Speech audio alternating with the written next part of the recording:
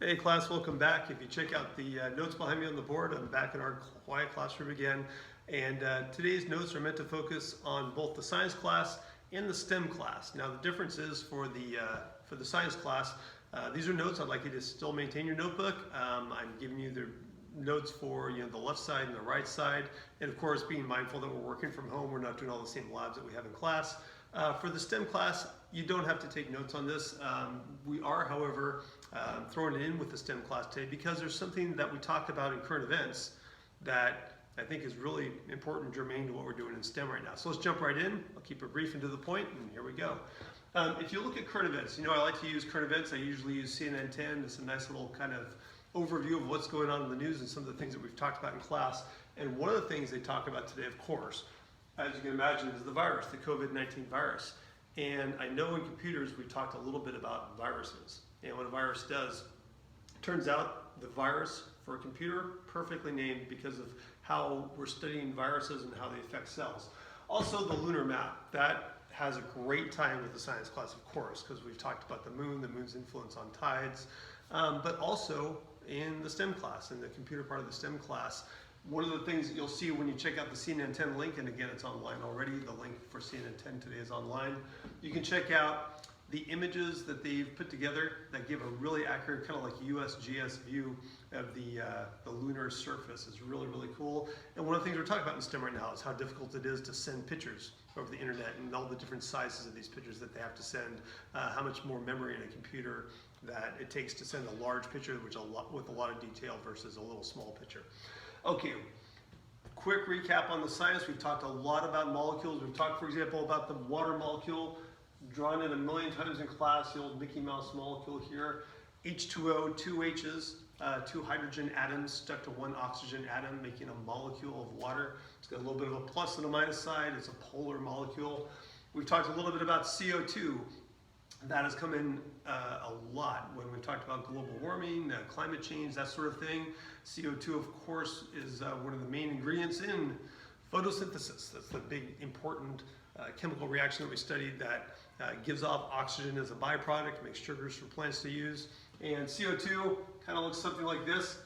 It's got, my oxygens are a little bit lopsided there, but the CO2 is not a polar molecule. It's kind of balanced. The oxygens are out on one side, kind of like ears straight on the side here. And large molecules. So remember in the notes, I always ask you to make sure you define the words that are capitalized here. Let's make sure that we just define the ones that are underlined here on the board. I should have underlined large molecules altogether here. But if you check out large molecules based on carbon, those are organic molecules. Once you do your chemistry, say you do your high school chemistry, the next step in chemistry is an entire branch of studies just devoted to the chemistry of carbon, because carbon is amazing. It's got this amazing ability, we'll learn about this in 7th and 8th grade, but it's got this incredible ability to make long change polymers. It links to itself, it links to other atoms. It has an amazing, it's like when we compared atoms to Legos and they can link together. Carbon is like the perfect Lego, it can link to almost anything. It's really awesome that way. Technically, carbon dioxide over there is an organic molecule because it has carbon in it. But really when we're talking about organic molecules, we're talking about large complicated ones, usually where there's hydrogen involved as well. And of course, you can imagine that this is where we get a little bit of tie-in with the computer science.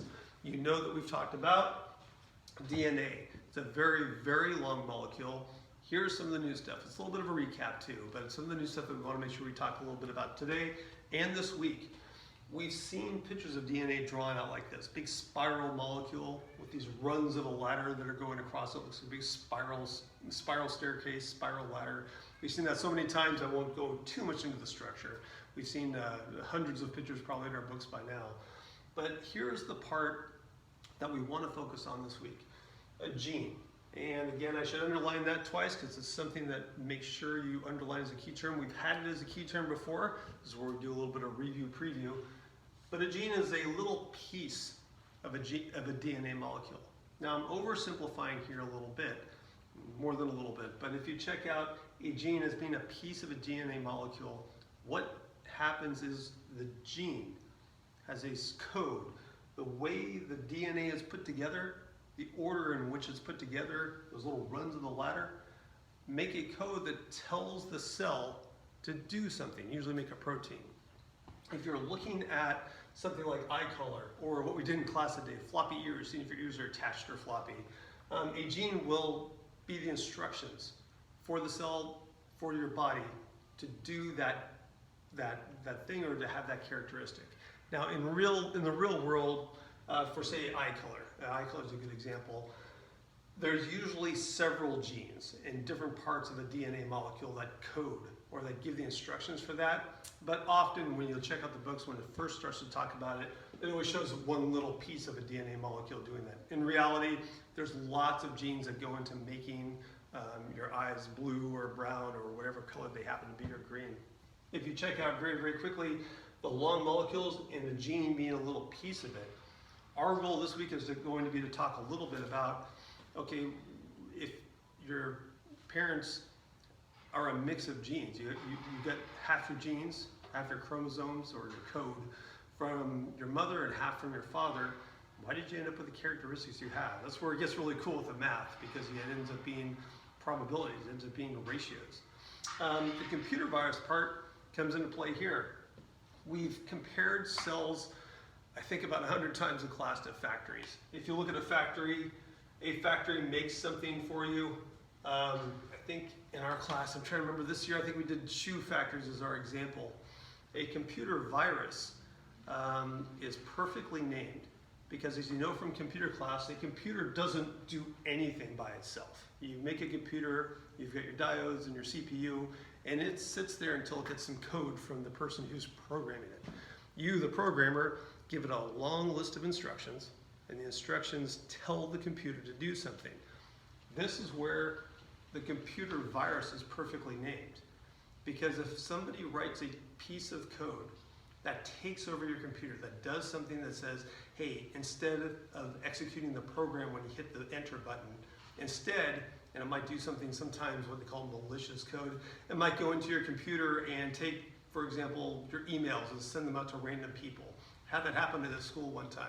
I was at a perfect example of computer virus. The code that we clicked on, all of a sudden everyone started getting random emails from people all over campus. What happened? Someone had written a computer virus that went in and it randomly addressed emails from your inbox and just sent them out to random people. If you check out a computer virus, what it's doing is very, very similar to what a virus does inside a cell. A virus, and we've seen this already, so I won't go into too much detail, but a virus will attach to the cell. A little piece of the DNA really gets rewritten. It gets taken out. And the virus part goes in there, and it's an absolutely amazing thing when you look at it from an evolutionary standpoint. Basically, the virus comes into your cell, and the cell is a factory. And that factory is making something for you. It's doing something like making an enzyme, making a protein, doing a specific job for you. When that virus comes in, it basically says, okay, you're not working for that person anymore, now you're working for me. And the really weird part is that it makes copies of itself.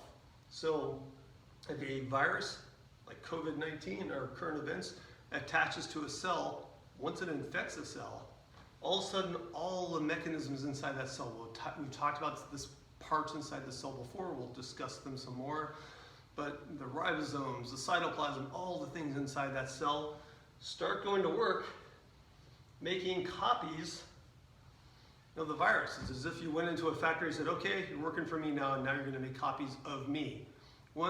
And this doesn't happen all the time. Some viruses will use a cell and leave, and the virus is left intact. But very, very often, especially, for example, in the case of COVID-19, once the virus attaches to a cell, snips out some of our DNA or some of your DNA, and it puts in its own piece of instruction there. This is the virus code now. Makes a bunch of copies of itself. Finally, after it uses up the cell itself breaks down, all those viruses get released, and you've got now, instead of one single virus particle, they call them virus particles because remember, a virus by itself isn't alive. But all those little virus particles are now able to go out and infect many, many other cells. In a computer virus, kind of similar in a weird sort of way, that one that I mentioned earlier that was sending out random emails to people, it also put a little tiny bit of code in there so that if a person opened up one of those emails, it would then get the virus, go into their email box and do the same thing all over again. So when they use the term virus for a piece of malicious or piece of bad code that goes in, when I say bad, usually it's written as an attack on a computer, it's perfectly named. It does very, very similar things to what we've seen in biology class, where you take DNA, the DNA hanging out in our cells codes for a specific characteristic like eye color, floppy ears, height, hair type, all those types of things that we've talked about in class.